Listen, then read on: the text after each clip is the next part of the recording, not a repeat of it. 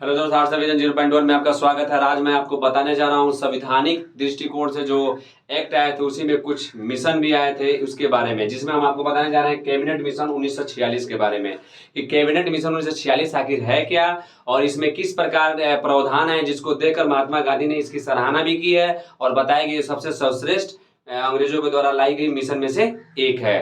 तो इसके बारे में हम जानने के लिए सबसे पहले इसके मुख्य बिंदु को जानेंगे। सर क्लीमेंट एटली, यानी एक व्यक्ति का नाम है जो सर क्लीमेंट एटली लेबर पार्टी, यानी उस समय क्या थे, ब्रिटिश सरकार के प्रधानमंत्री थे। कौन थे? ब्रिटिश सरकार के प्रधानमंत्री कौन थे?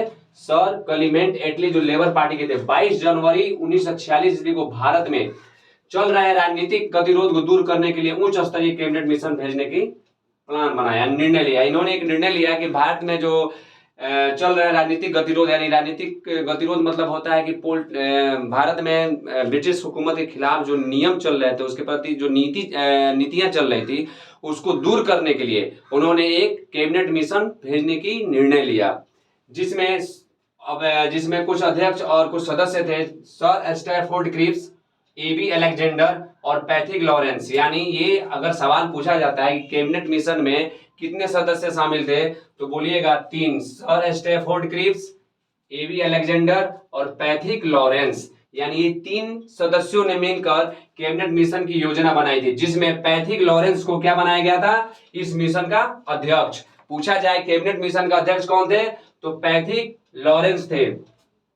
यानी सवाल आया कि कैबिनेट मिशन में कितने सदस्य थे, तो बोलिएगा Sir Stafford Cripps, A B Alexander और पैथिक लॉरेंस।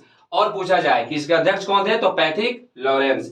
इस मिशन ने 16 मई 1946 को योजना प्रस्तुत की, जिसके प्रमुख प्रावधान, यानी इसमें क्या क्या प्रावधान हुए, क्या क्या नियम आए, इसके बारे में हम जानकारी हासिल करेंगे। पहला पॉइंट है, ब्रिटिश भारत और देसी रियासत मिलकर एक अखिल भारतीय संघ की स्थापना की। अखिल भारतीय संघ की स्थापना किसने किया?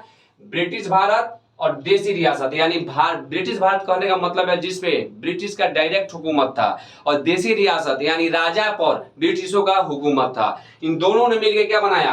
अखिल भारतीय संघ का गठन किया, जो कि विदेश, रक्षा और संचार विभाग संघ के अधीन होगा। यानी विदेश नीति, रक्षा, संचार, यानी ये तीनों जो प्रावधान है किसके अंतर्गत होगा? तो संघ।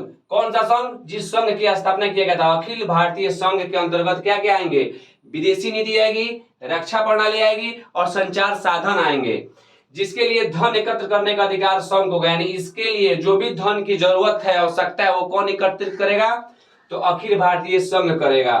पॉइंट नंबर दूसरा, संघ की अपनी कार्यपालिका और विधान पालिका होगी। यानी संघ की क्या होगी? अपनी कार्यपालिका और विधान पालिका होगी, जिसमें ब्रिटिश भारत और देसी रियासत के सदस्य यानी प्रतिनिधि शामिल होंगे। यानी यह कहना चाहता है कि जिस संघ की स्थापना किया गया था वो भारत के मद्देनजर रखते हुए भारतीय लोगों के साथ न्याय करते हुए थे, जिसमें यह कहा गया कि संघ का अपना क्या होगा? एक कार्यपालिका होगा और एक विधान पालिका होगा, जिसमें जो सदस्य होंगे वो क्या होंगे? ब्रिटिश भारत के होंगे और देसी रियासत के होंगे। पॉइंट नंबर तीसरा, संघीय विषयों के अलावा अन्य सभी विषय और अवशिष्ट शक्तियां प्रांतों में निहित होगी। यानी यह पॉइंट कहना चाहता है कि संघीय विषय के अलावा अन्य सभी विषय और अवशिष्ट शक्तियां प्रांतों में निहित, मतलब प्रांत को कुछ अधिकार दिए जाएंगे, जिसमें पूर्ण रूप से प्रांत अपने राज्य को अच्छा तरीका से चला सकता है। पॉइंट नंबर 4, भारतीय संविधान के निर्माण के लिए एक अप्रत्यक्ष चुनाव प्रणाली के आधार पर एक संविधान सभा की स्थापना होगी। यानी भारतीय संविधान का जो निर्माण करना है उसके लिए एक संविधान सभा की स्थापना किया जाएगा, और चुनाव यानी अप्रत्यक्ष चुनाव प्रणाली के जरिए, यानी गुप्त मतदान के जरिए हम क्या करेंगे? इसका संविधान सभा का गठन करेंगे, जिसमें भारतीय संविधान का निर्माण का स्वरूप यानी रूपरेखा तैयार किया जाएगा, जिसमें 389, यहां सुन लीजिए, यहां ध्यान देने योग्य है, जिसमें 389 सदस्य होंगे, जिनमें से 292 ब्रिटिश प्रांत के होंगे। यानी ब्रिटिश प्रांत यानी जिसपे डायरेक्ट ब्रिटिशों का हुकूमत था, उसमें से 292 होंगे, 93 देसी रियासत के होंगे और 4 चीफ कमिश्नरों के क्षेत्र के प्रतिनिधि होंगे। और इस तरह से निर्माण होगा संविधान सभा का, जिसमें सदस्यों की संख्या कितनी होगी? 389। ब्रिटिश प्रांत से कितने आएंगे? तो 292 और 93 क्या होंगे? देसी रियासत। जो 4 बच रहे हैं वो चीफ कमिश्नर के क्षेत्र के प्रतिनिधि होंगे। पॉइंट नंबर 5, लगभग 10 लाख व्यक्तियों पर संविधान सभा में एक सदस्य, यानी 10 लाख व्यक्तियों के पर एक संविधान सभा में क्या होगा सदस्य, यानी एक सदस्य का जो चुनाव संविधान सभा में किया जाएगा तो वह 10 लाख व्यक्तियों पर किया जाएगा।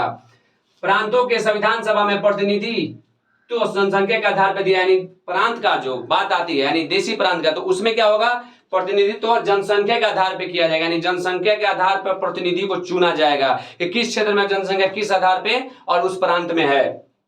नोट, संविधान सभा में महिला सदस्यों की संख्या 15, यानी महिलाओं की संख्या कितनी होगी 15, अनुसूचित जाति सदस्यों की संख्या कितनी होगी 26 और अनुसूचित जनजातियों की संख्या कितनी होगी 33। ये भी जानने योग्य बात है कि संविधान सभा में जो संविधान सभा का निर्माण किया जाएगा कैबिनेट मिशन के द्वारा, उसमें महिलाओं की भूमिका क्या होगी, तो कितनी होगी 15, अनुसूचित जाति कितनी होगी 26, अनुसूचित जनजाति कितनी होगी 33। इसे दिमाग में एकदम सेट कर लीजिए, यानी जब संविधान सभा गठन किया गया इसमें ये लोग ऐसे ऐसे शामिल थे।